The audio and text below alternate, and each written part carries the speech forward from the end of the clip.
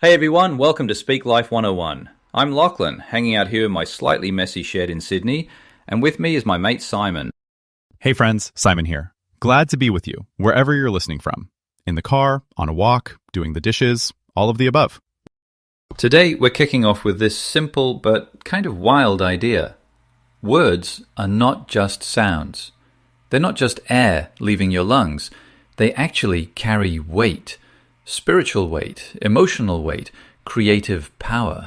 Yeah, one of the clearest pictures of that comes from Proverbs 18:21. It says, "Death and life are in the power of the tongue." Not just hurt feelings and nice compliments, but death and life. That's big language. When I first really heard that verse, I kind of sat back like, all right, that's dramatic. But then I started replaying conversations in my head, stuff people had said years ago, and I realized, oh, that's still shaping me. That's not just sound waves, that's like architecture in my heart. Exactly. And the Bible roots that idea right at the beginning. In Genesis, how does God create? He speaks, "Let there be light," and there was light. God doesn't grab a hammer. He uses words. Reality responds to his voice. And look, we're not God. I'm definitely not creating galaxies out here in the backyard. But if we're made in his image, then our words have a mini version of that creative effect. They shape atmospheres. They shape how we see ourselves, how we see other people. Think about the difference between someone looking you in the eye before a job interview and saying, "You can do this. You're ready. I believe in you," versus, "Honestly, you'll probably mess it up. You always do." Same moment, same person, completely different inner world afterwards. Yeah, one of those sentences puts wind in your sails. The other one, it's like someone drilled a hole in the boat. Nothing in the outside world has changed yet, but your courage, your hope, your posture, they're all different. And it's not just what others say to us. Think about a teacher who tells a kid, "You're really thoughtful. You ask great questions." That child starts to walk like a thoughtful person. Versus, "You're a problem. You're always in the way." That can sit on them like a heavy coat for years.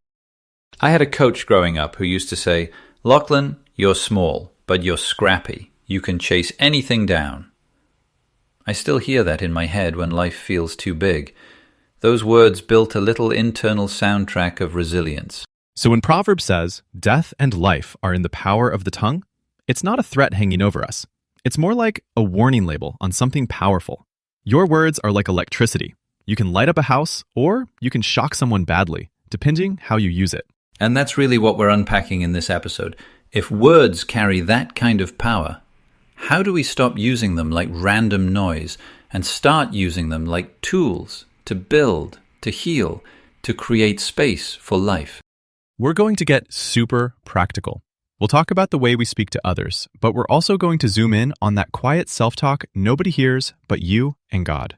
Because honestly, that might be where the deepest life or death happens. So stick with us.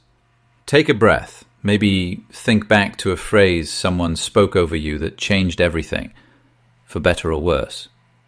Hold that memory as we move into this next bit, where we talk about words as seeds. All right, let's talk seeds.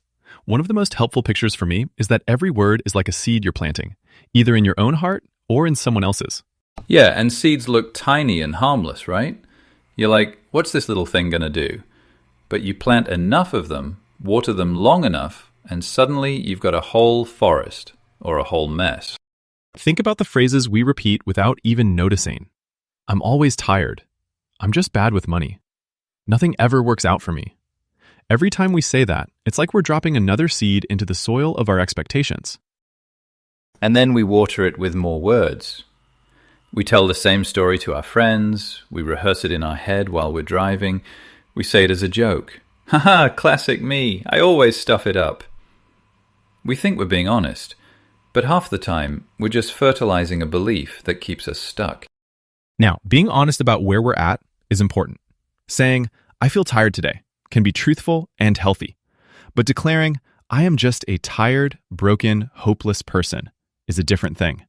That's identity language. That's a seed that grows into a whole storyline. So what if we flipped it? Instead of, I'm hopeless with this, we start saying, I'm learning this. Instead of, I'm always anxious, maybe, I'm growing in peace, or even, I'm working on trusting God here. It might feel awkward at first, like you're wearing someone else's shoes. But those phrases, I'm growing, I'm learning, I'm overcoming, they plant different seeds. They don't deny the struggle. They just point your heart toward a different future. Over time, that changes your mindset, your choices, the atmosphere you carry into a room. I've seen it in my own life. I used to say all the time, I'm terrible with time, I'm always late. And surprise, I was always late. When I started saying, I'm becoming a person who honors people's time, it nudged my brain in a new direction. Still stuffed it up some days, but the default setting started to shift. And words as seeds don't stop with us. They spill out into our homes, our friendships, our communities. Imagine a parent who constantly tells a child, you're a burden, you're too much. Those seeds can grow into shame, anxiety, self-hatred. Now picture the same kid hearing, you're a gift. You matter here. You've got something special to bring. Even if life around them is chaotic, those words become like little anchors in their soul, tugging them toward hope. You don't have to be a parent to do this. You can speak over your friends. I see strength in you. I see courage in you. Over someone who's struggling. You're not alone in this. There's more to your story than this moment. Those are seeds of value and purpose. I've got a mate who was going through a brutal season. Marriage, work, everything's shaking. I just made a little habit of texting him, you're a faithful man. You're not quitting. I'm proud of you. He told me later, those messages were like someone turning the lights on for a second every day. So maybe just ask yourself, what am I planting with my words? In me and in the people I love? Am I sowing nothing works, nothing changes? Or am I sowing, I'm learning, God is working, we're growing?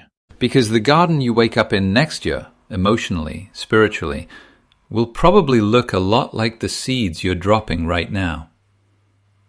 And that's not to scare you. It's actually good news.